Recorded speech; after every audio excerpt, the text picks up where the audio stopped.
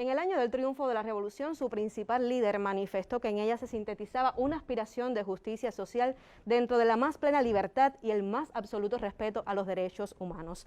Al amparo de los principios constitucionales de la Carta Magna, hablamos hoy en Informe Semanal sobre el tema. Me acompaña el doctor en Ciencias, Alie Pérez Vélez, quien es el jefe del Departamento de la Carrera de Derecho en la Universidad de Pinar del Río, Hermano Saiz Montes de Oca. Muy buenas tardes, bienvenido a Informe Semanal. Buenas tardes, Fátima, y muchas gracias por invitarnos a este lugar o a este programa. Profe, el 10 de diciembre de 1948 se concibió un documento que propiciaba garantías a los individuos ante los poderes públicos. Un total de 48 países, entre ellos Cuba, firmaron la Declaración de los Derechos Humanos, una disposición manifiesta desde constituciones precedentes en el país. Sí, hay que decir que fue el contexto de finalización de la Segunda Guerra Mundial, donde, como todo el mundo conoce, o la mayoría de las personas conocen, las potencias que se enrolaron en la guerra, fundamentalmente Alemania, Italia y Japón, habían mostrado durante décadas violaciones sistemáticas, reiteradas, masivas a los derechos humanos de minorías en sus respectivos países, y eso lo extendieron a otros países después de las invasiones que desarrollaron a partir del estallido de la guerra. Eso obligó al mundo a repensar las responsabilidades de los estados, tanto a nivel nacional como a nivel internacional. Y con la creación de la Organización de las Naciones Unidas se estableció la necesidad de firmar tratados internacionales en materia de derechos humanos. El que inició este ciclo de tratados fue precisamente la Declaración Universal de los Derechos Humanos del 10 de diciembre de 1948. Sin embargo, habían otras constituciones anteriores que habían reforzado o habían desarrollado estos derechos, desde las constituciones históricas europeas, la propia constitución norteamericana, la constitución mexicana del 17 y la constitución cubana de 1940, que fue icónica y que se tomó incluso de modelo por muchos países, incluso europeos, para establecer la gama de derechos que debían ser protegidos por los estados. Y también eso tuvo un impacto en las relaciones internacionales a partir del sistema de tratados. Después, en la de 1975, también hay una disposición, la disposición primera, de la dignidad y el culto al hombre, por supuesto. Sí, esta constitución cubana de 1976, que no fue la primera de la revolución en el poder, recordemos que cuando la revolución triunfa, a escasos un mes y algo, se retoma la constitución del 40 con algunas modificaciones, principalmente el catálogo de derechos, que había sido muy amplio de la constitución del 40, estableció como valor supremo constitucional la dignidad humana. Y cuando se habla de un valor supremo constitucional, es una norma particular, es una norma de rango constitucional que atraviesa el resto de los artículos de la Constitución.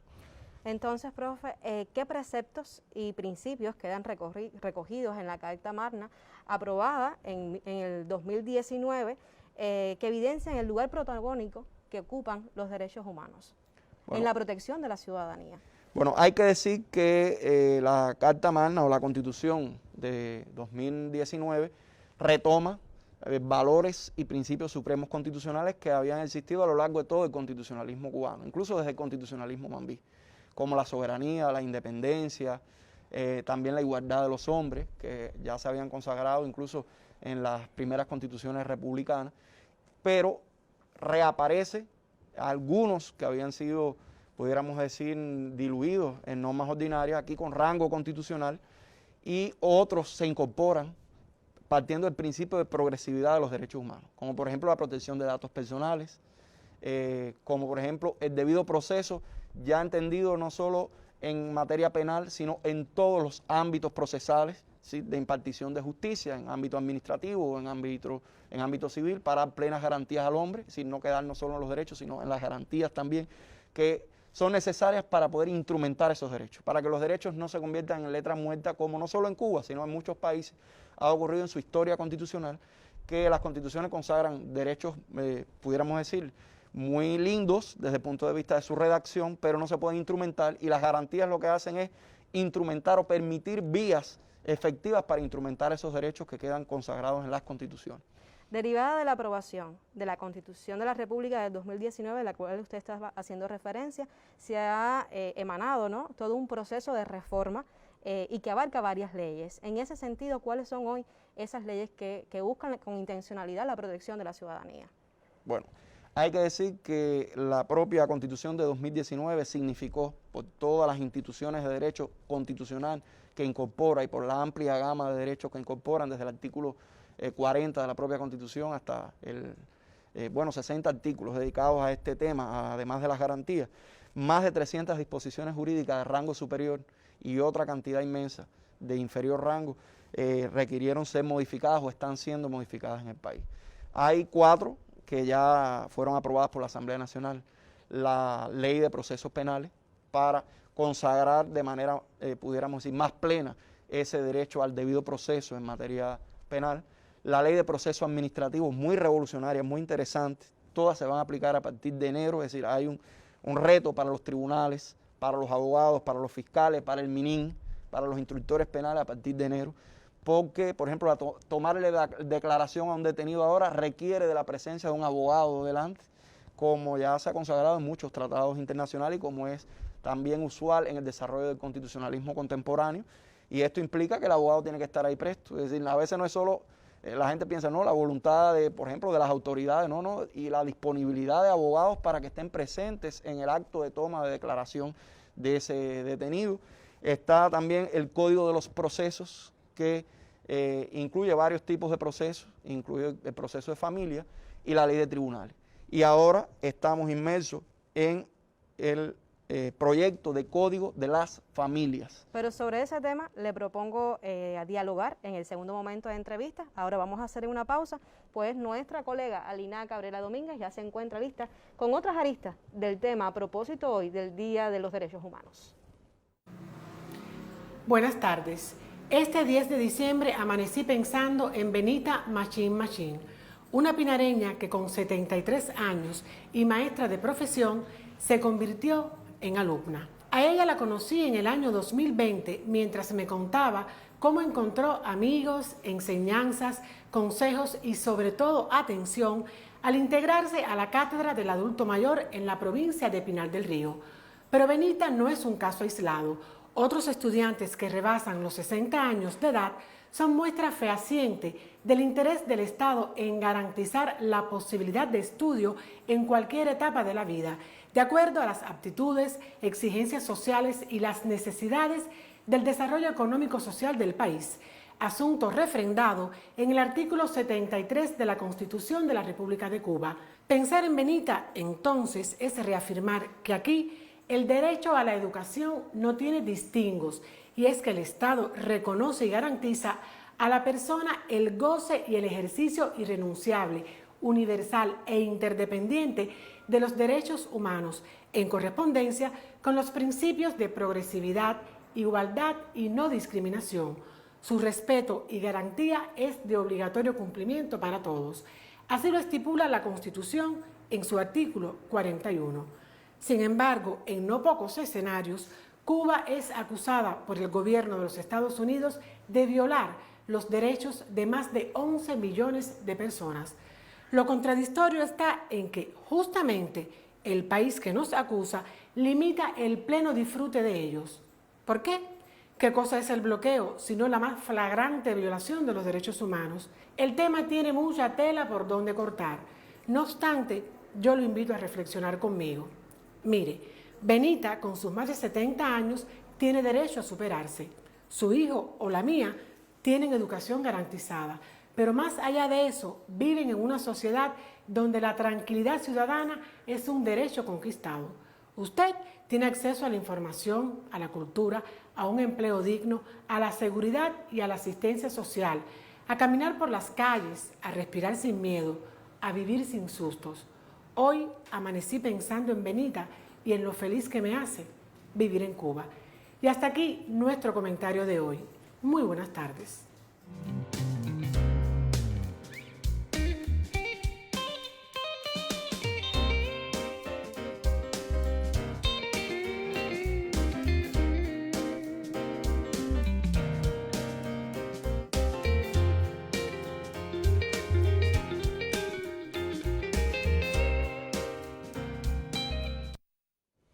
Continuamos en Informe Semanal y me continúa acompañando el doctor en Ciencias, Alie Pérez Vélez, profesor de la Facultad de Derecho de la Universidad de Pinar del Río. Todos los derechos para todas las familias es una de las ideas que defiende el nuevo código al cual usted hacía mención hace unos minutos. Bueno, el Código de las Familias, que es un anteproyecto todavía, es decir, ni siquiera es un proyecto, porque ahora está siendo discutido por la Comisión de Asuntos Constitucionales y Jurídicos de la Asamblea Nacional del Poder Popular y por lo tanto no ha sido aprobado todavía como proyecto, es un anteproyecto, es el número 24 y que va a ser sometido a consulta popular el próximo año. Habla de una diversidad de constituciones familiares, a partir de la propia realidad sociológica que tiene el país, desde las familias nucleares, las familias tradicionales, las familias homoparentales, es decir, diferentes modelos de familias que tienen reconocimiento en el código, que están existiendo en la realidad y que es, pudiéramos decir, muy justo que el ordenamiento jurídico le reconozca a esas diferentes formas de constitución efectos jurídicos. Es decir, para cualquier tipo de movilidad en la propia estructura y dinámica familiar puedan tener amparo en las leyes y por lo tanto efectos jurídicos sobre los ciudadanos, los miembros que forman parte de esas diversas o de esas diferentes familias. Tanto en la forma de constitución como en la forma de funcionamiento se concibe una diversidad de familias. Por eso se habla en plural. Y como bien explicaba en una conferencia reciente el doctor Leonardo Pérez Gallardo, en el derecho civil... integrante de la comisión redactora de este anteproyecto. Que lo tuvimos recientemente en la provincia y lo vamos a tener por suerte otra vez. En el derecho civil todas las instituciones desde el derecho romano se han mirado con pluralidad. Y la familia un poco quedaba relegada con una posición monista, no reconociendo esa diversidad que en la realidad sociológica, en la realidad social se daba. Por lo tanto era un reclamo histórico y era una necesidad que la propia ciencia estaba estableciendo para este reconocimiento. El propio profesor en su conferencia decía que uno de los temas más polémicos es la atención a las personas adultas mayores y en situaciones de vulnerabilidad. ¿Cómo hoy este anteproyecto podrá beneficiar y contempla otros derechos para estas personas? Bueno, le diré que para ponerle algún ejemplo en el anteproyecto del artículo 351 al 358 se regula el acogimiento familiar de los adultos mayores, incluso con el establecimiento de instrumentos públicos, de escritura pública para ese acogimiento familiar, donde se establecen las condiciones, los derechos de ese adulto mayor y la institución asimismo del acogimiento familiar, cuáles límites puede tener en su ejercicio, siempre reconociendo que esa persona es una persona con capacidad, una persona que ejerce sus derechos y a la que hay que tener en cuenta para tomar cualquier decisión que sea trascendente a su vida. Y se habla también de los apoyos intensos, aquellas personas que por la propiedad, por las características que tiene, pueda ir perdiendo quizás capacidad para tener el sentido del alcance de sus actos y poder dirigir su conducta, bueno, tiene que recibir apoyos de ese ente familiar, pero en sentido positivo para una máxima realización de su personalidad. El profesor también introducía algunos elementos y que ubicaría a Cuba entre los países pioneros en América Latina de introducir estos temas con la discapacidad, con las personas en situaciones de discapacidad, en la tutela de las personas adultas mayores. Hay varias categorías que el código introduce, nuevas categorías. Incluso desaparecen categorías tradicionales del derecho romano, pero que ya la ciencia hoy han impuesto desde la sociología y que han sido acogidas por el derecho también. Una, por ejemplo, es la responsabilidad parental, que establece que todos los miembros de la familia comparten una corresponsabilidad con todos sus integrantes. También se habla de la autonomía progresiva y de la capacidad progresiva. Es decir, no se puede, como se hacía hasta ahora en el derecho, determinar con carácter absoluto que una persona no tiene capacidad o tiene capacidad. Es decir, puede que la persona con determinada discapacidad para una actividad o para una función la tenga para otra actividad o otra función y por lo tanto hay que reconocérsela y hay que darle efecto jurídico, hay que otorgarle efecto jurídico a esas capacidades que tiene la persona. Pues muchísimas gracias, profesor, por acompañarnos en Informe Semanal. De seguro lo tendremos en próximos espacios cuando dialoguemos más acerca de este anteproyecto y su posterior presentación a la Asamblea Nacional y referendo popular. Gracias por compartir con nosotros. Muchas gracias a ustedes. Nosotros ahora hacemos una pausa para revisar los principales temas tratados en el ámbito digital.